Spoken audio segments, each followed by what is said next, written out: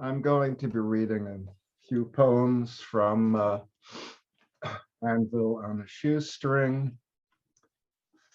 No titles. Take, for example, an armful of creweled wastebaskets. Take as another an armful of cruel, wasteful swamp gaboons. Compare them. Baskets to gaboons. Imagine one of the latter, motherless, hamstringing people he lulls to complacence by batting his long lashes, devouring them whole and spitting out the buttons. Imagine now that motherless disappears in the plumbing with explosives. And so, as you pick lather, plaster, and motherless morceau from your person, you evaporate. Well, that was about an ill-intentioned reptile. This is about oysters. Say you intend to collect oysters. Start at the pearl and work toward an edge. Setting aside the viscous dumpling, paint a Templar's cross on the shell and name it Frida. Teach it to fetch.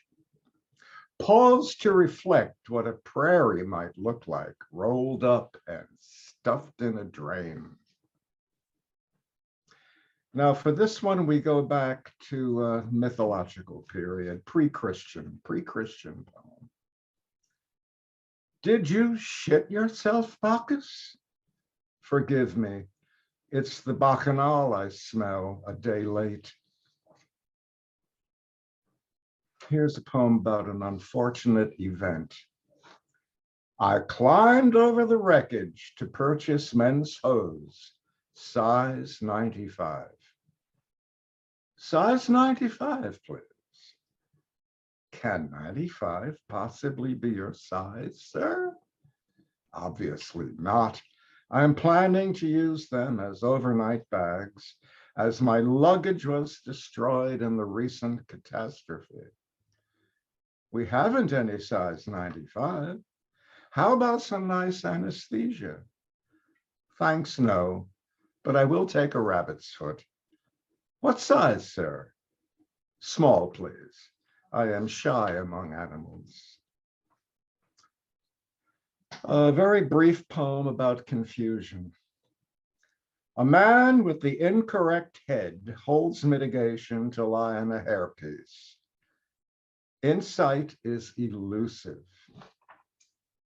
Now, here are a few from the enchanted Kilbasa, also in Anvil on a Shoestring, love poems after a fashion.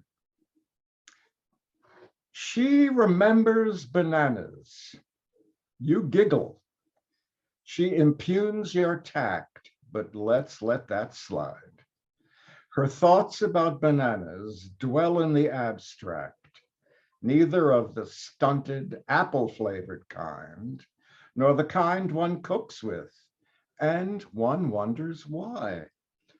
Bananas in the elsewhere, as invisible as the Iron Chancellor's silk underwear. She thinks about bananas, even here on Coco Chanel's Maginot line. Okay, back to Greek mythology, pre-Christian. Hers is a goddess's beauty, but she is skinny. Really, she is nothing but a crack in the ceiling. Unknown to Cupid, Psyche has crabs, and I have piles of poems.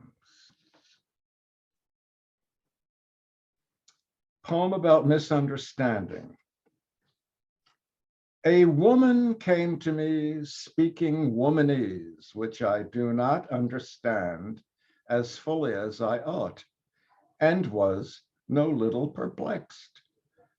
Moments later, angels descended linked like sausages, speaking angel words. I was accordingly perplexed exponentially. Here's a little thing to change the mood. It's about happiness and contentment. That settles it. I am yours and you are mine.